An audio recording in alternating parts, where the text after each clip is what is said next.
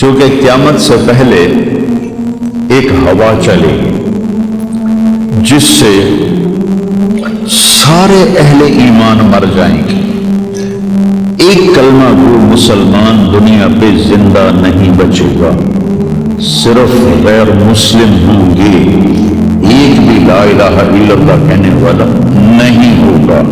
اور قیامت سے 30 سال پہلے، قیامت سے 30 سال پہلے بچے پیدا ہونے بند ہو جائیں گے کہ کسی بچے پر قیامت نہیں آئے گی۔ یوم تذہل کل مرضعۃ عما ارضعت، وہ ہولناکی بتانے کے لیے تشبیہ ہے، وہ یہ نہیں کہ ایسا ہو رہا ہوگا، کیونکہ بچہ تو کافر کا بھی ہو وہ معصوم ہے، مسلمان کا بھی ہو تو وہ معصوم ہے، اس لیے آپ نے کہا کہ سارے جو نابالغ مرتے ہیں وہ جس مذہب کے بھی ہیں سب جنت میں جائیں گے، چونکہ ان پر تو بھی شریعت لاگو ہی نہیں ہوئی ہے، اور سارے بچے حضرت ابراہیم علیہ السلام کے پاس چلے جاتے ہیں۔ تو حدیث پاک میں آتا ہے جتنے اہل ایمان کے بچے بالغ ہونے سے پہلے، پیدا ہونے سے لے کر 15 سال سے پہلے تک جو فوت ہو جاتے ہیں، سب حضرت ابراہیم علیہ السلام کے پاس ہوتے ہیں، ساری نسل ابراہیم علیہ السلام کے پاس، اور وہ ان کے باپ ہوتے ہیں، اور ان کے ساتھ وہ اپنی وہاں کی جنت کے مزے لیتے ہیں، پتہ نہیں کیا لیتے ہیں، میں تو کوئی نہیں پتہ۔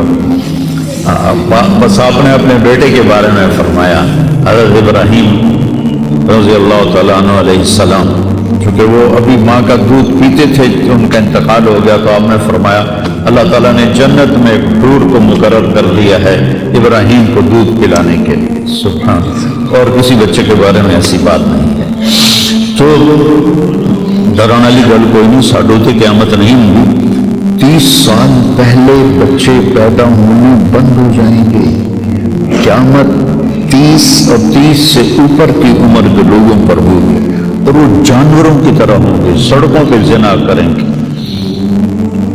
اور ہر انسانی جو اخلاق ہیں ان سے وہ خالی ہو جائیں گے، ان سے وہ خالی ہو جائیں گے۔ یہ امت کے اوپر امتحان ہے۔ ہمارا ایک ساتھی ہے وہاں کینیڈا میں، اس سے مجھے خواب سنایا کہ میں نے دیکھا کہ غزہ کے جتنے شہداء کے بچے ہیں وہ آسمان پہ تیر رہے ہیں، اور اللہ کے نبی ہر آنے والے کا استقبال فرما رہے ہیں۔ تو ہمیں دیکھنے میں تو بڑا ظلم نظر ہے، ظلم ہے بھی صحیح، لیکن ہماری تو موج ہے، تو سارے جنت میں گئے، جتنے بڑے شہید ہوئے وہ بھی جنتی، عورتیں شہید ہوئی وہ بھی جنتی، مرد شہید ہوئے وہ بھی جنتی، اور بچوں کا تو میں نے کینیڈا میں ایک نوجوان خواب دیکھ رہا ہے، راولنڈ کا پڑھا ہوا عالم ہے، کہ میں نے خواب دیکھا کہ غزہ کے شہداء کے بچے آسمان پر تیر رہے ہیں، اور اللہ کے نبی ہر آنے والے بچے کا استقبال فرما رہے ہیں۔ تو ساڑی تو موج ہوگی، ہمیں دیکھنے میں موت نظر آتی ہے، حقیقت میں دیکھو ایک ہوتا ہے کامیاب ہونا، اور ایک ہوتا ہے فتح پانا، ایک ہوتا ہے ناکام ہونا، اور ایک ہوتا ہے شکست کھانا۔ یہ دو الگ چیزیں ہیں، کامیابی الگ چیز ہے، فتح الگ چیز ہے، ناکامی الگ چیز ہے، شکست الگ چیز ہے۔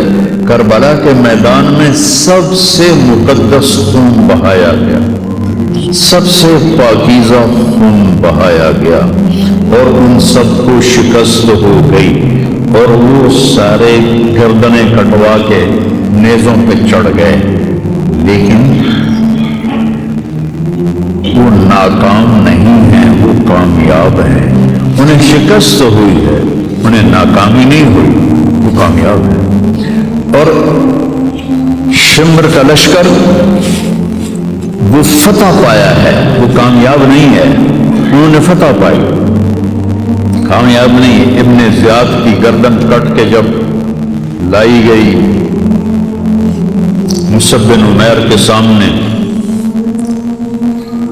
جیسے حضرت حسین علیہ السلام کی گردن کٹی ہوئی ابن زیاد کے سامنے رکھی گئی تو وہ ایسے منہ پہ چھڑیاں مار کر کہنے لگا میں نے ایسا خوبصورت چہرہ آج تک نہیں دیکھا جو مرنے کے بعد بھی اتنا چمکتا۔ کٹی ہوئی ابن زیاد کے سامنے رکھی گئی تو وہ ایسے منہ پہ چھڑیاں مار کر کہنے لگا میں نے ایسا خوبصورت چہرہ آج تک نہیں دیکھا جو مرنے کے بعد بھی اتنا چمکتا ہوا تر و تازہ ہو۔ تو حضرت ابو برزہ اسلمی رضی اللہ تعالیٰ عنہ نے کھڑے ہو کر روتے ہوئے فرمایا کہ ظالم یہ چھڑی یہاں سے ہٹا لے، میں نے ان ہونٹوں پہ اللہ کے نبی کے ہونٹوں کو لگتے ہوئے دیکھا ہوا۔ تو کہنے لگا تو بوڑھا ہو گیا ورنہ تیرا بھی سر اڑا دیتا میں۔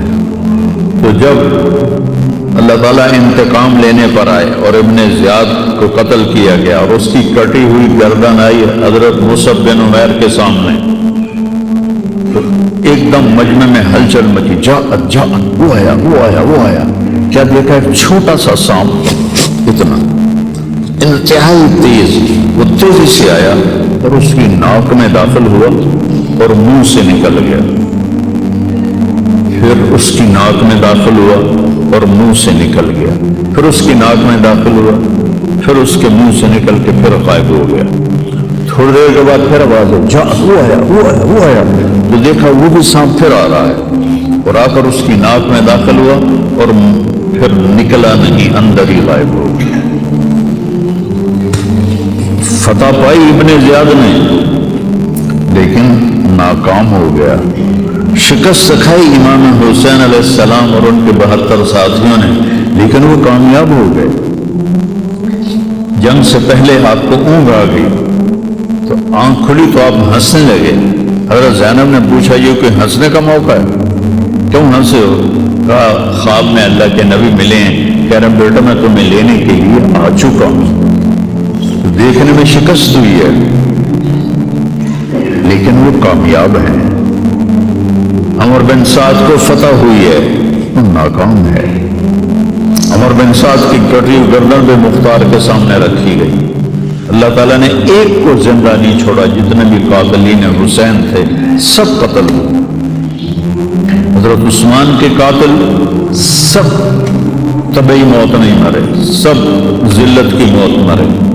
تو بھائیو یہ امتحان کی جگہ ہے، اللہ اپنے نبی کی امت کے گناہوں کو دھونے کے لیے ایسے حالات لاتا ہے۔ سچ آپ نے فرمایا جتنا مجھے ڈرایا گیا اتنا کسی کو نہیں ڈرایا گیا۔ تو میں بتا رہا تھا ارض فلسطین یہ دوسری مسجد جو زمین پہ بنی 40 سال کے بعد وہ مسجد اقصی ہے۔ 4000 نبیوں کے باپ اور میرے نبی کے دادا ابراہیم علیہ السلام اس سرزمین میں تشریف لائے، وہیں آرام فرما رہے ہیں۔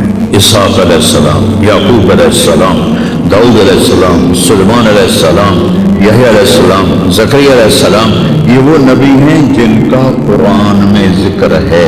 اس کے علاوہ بھی سینکڑوں نبی ہیں جن کے نام نہ تاریخ میں ہیں نہ قرآن میں ہیں، جو اس سرزمین کے اندر ہیں۔ یہ محشر کی سرزمین ہے، یہ نبیوں کی سرزمین ہے۔ میرے نبی نے فرمایا ارض المنشر والمحشر، یہ محشر کی سرزمین ہے اور دوبارہ زمین سے باہر نکلنے کی سرزمین ہے۔ اور پہلا بڑا معرکہ روم اور صحابہ کے درمیان ہوا تھا فلسطین میں، اجنادین کے مقام پر جو آج رملہ کہلاتا ہے۔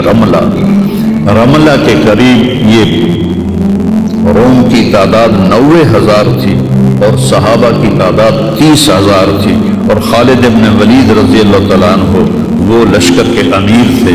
اس وقت وہ عراق میں تھے جب حضرت ابو بکر صدیق کو پتہ چلا کہ جو 18 دن کا تھا اور ایک راستہ تھا جس سے لوگ آتے جاتے تھے وہ 2 مہینے کا تھا، تو حضرت خالد نے فرمایا میں اس صحرا کو پار کروں گا۔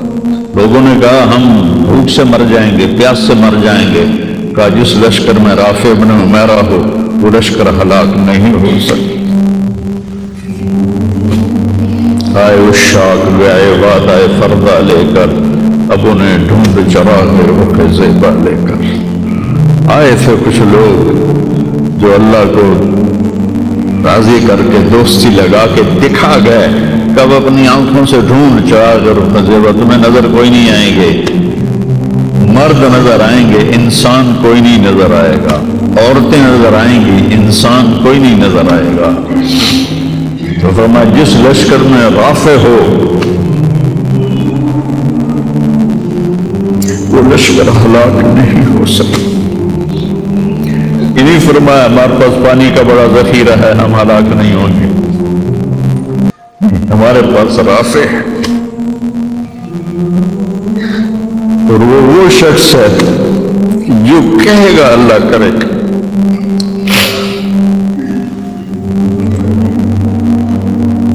18 دن میں اس کو پار کیا اور ایک مقام پر آ کر پانی ختم ہو گیا، 3 دن بغیر پانی کے گزارے۔